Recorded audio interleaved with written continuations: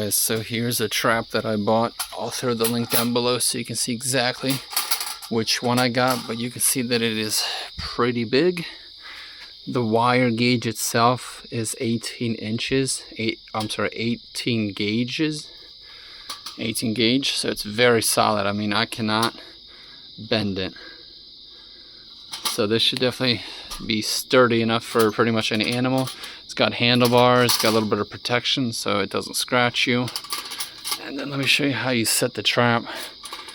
So there's a rod that comes up here where there has a little lever, little flap there. So what you do is you grab this and that spring loads it, and you hold it up here.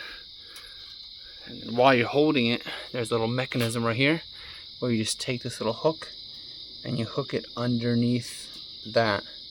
So basically the hook is holding, I don't know if you can see that, the hook is holding it, but just there ever so slightly. So when you step on that, it pulls the rod, and the rod actually makes the little hook piece fall out and it'll shut.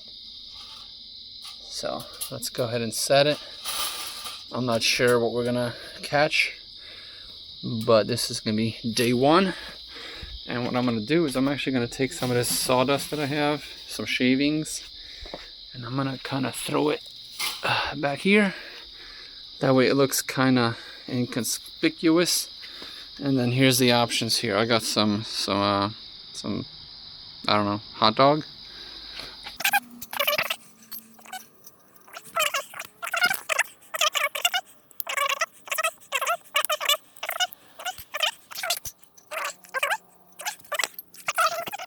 So it's gonna come up here.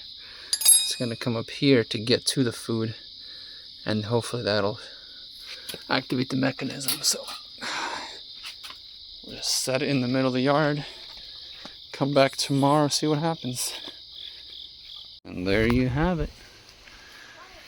We got this little critter.